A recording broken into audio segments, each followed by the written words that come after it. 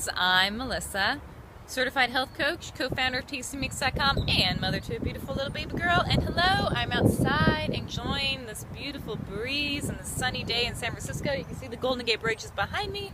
A food conference actually brought me out here to the Presidio, which I never get to go to often. So for that, I'm grateful. And I decided to make my video here. So hello again. Last week, I brought to you Dan Buettner's book, The Blue Zones, 9 Lessons for Living Longer. And I told you all about these blue zones and what they do. Now today, I'm going to tell you how you can incorporate these lessons into your own life to create your own blue zone. So you don't have to think, well, I don't live there, so I'm screwed. Nope, you're going to live long and lovely and a beautiful, healthy life by following some of these rules. There you go. The first rule is move naturally. Get out and move. A good way to do this, to not even really think about it, is to park. Make life more inconvenient, basically. Park maybe on the strip mall across the side from where you work. Get off the subway 2 or 3 blocks before. Make it so that you have to move a little bit more to do the things you have to do anyways. So walk or bike to get groceries. These are little ways you can move naturally and you're getting exercise without really thinking about it. Another way you can move naturally is to make it a fun date with your friends. Like, don't get a gym membership, please. If you hate going to the gym, don't do it. It's a waste of money, a waste of time. You're not going to get any benefits from it. However, if you like to play basketball or if you like to go out walking, maybe make it a social event. Create your own little basketball group or create your own women's walking group or men's group. Whatever it is you like to do, cycle on the weekends. It's a great way to get out and move naturally. Lesson number 2. Don't stuff yourself. As they say in Okinawa, harahachibu, which is eat until you're 80% full. That's that. I know it's hard. It's harder than it might sound. But here are some tricks you can do in order to make it so it's easier. One way, make your food look bigger than what it really is. A good way to do this is to add extra lettuce and tomatoes and pickles to maybe your hamburger. So it looks huge, but really it's just added lettuce. Or what I like to do, I like to add more ice to my smoothies so that when blended, the volume's much bigger. However, the calories are the same, and it's just added water. Another way is to sit down when you eat. Make eating a ritual. Sit down and chew. By chewing your food longer, it actually allows your stomach and your brain time to connect and say like, all right, I'm full. It takes about 20 minutes for your mind to know, to reach your stomach and be like, I'm full, my levels are good, I met my nutritional needs for the day, or for the meal. So by chewing, it allows you all this time. You're not just like shoving so much food in your mouth and then you end up overeating, and then by the time your brain registers with your stomach, it's like, oh my god, I'm past full, now I feel sick. So try to slow it down. That's a good way to do this. Lesson number 3, eat your vegetables. I'm sure your mother told you this when you were a kid. If not, I'm telling you this now. Eating your vegetables is so important. Not only are they full of nutrients, micronutrients, vitamins, minerals, protein, fiber, you name it. Vegetables are just, God's gift to us. So enjoy them. Take them in. A good way to eat more than 4 or 6 servings of fruits and vegetables a day, if you're not already, one way is to showcase them in your house. Don't hide them in your fridge if you don't eat them or in like your crisper drawer.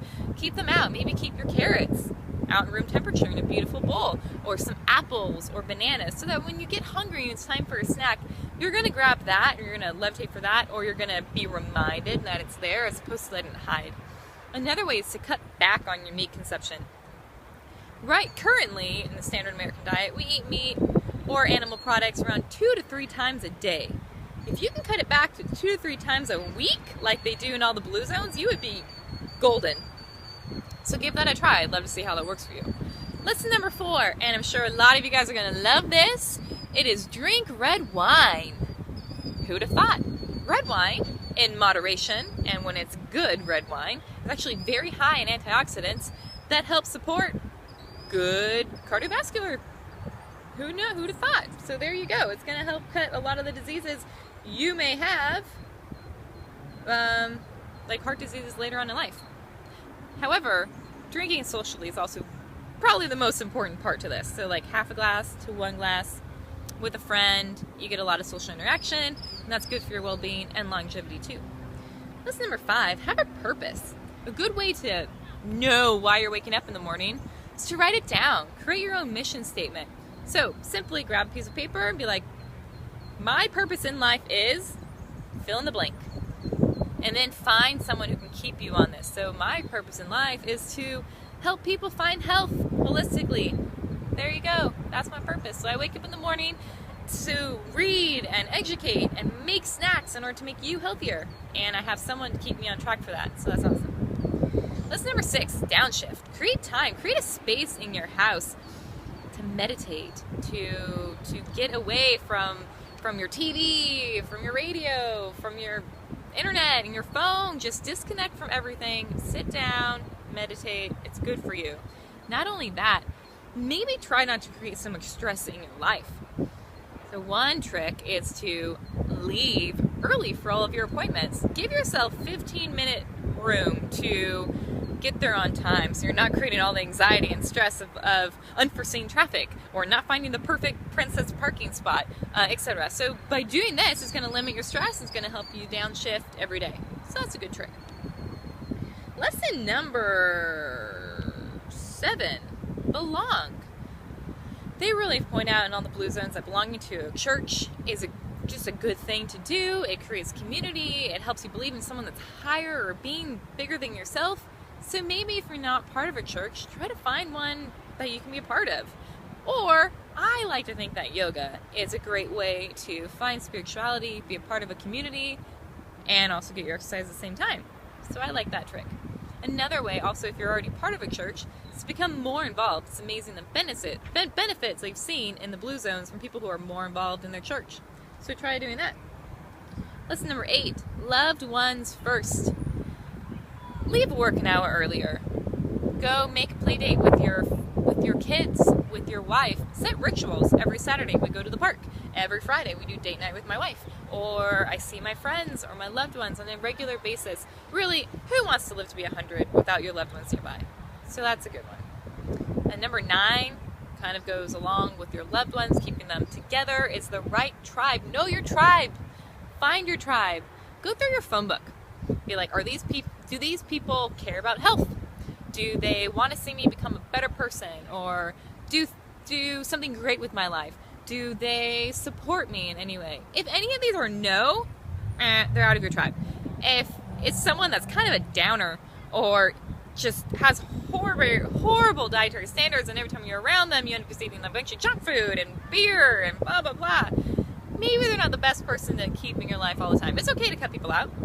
It's okay to also keep them in a little bit, but invest, double down on the ones you love and the ones who are going to keep you accountable, because that is ultimately what's going to help you live longer.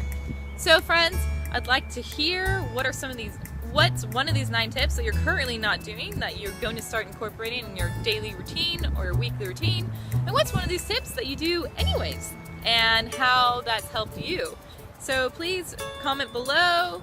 Find me on Facebook, Twitter at Melissa at Tasty Mix, and I will see you next week. Until then, be well, my friends. Bye.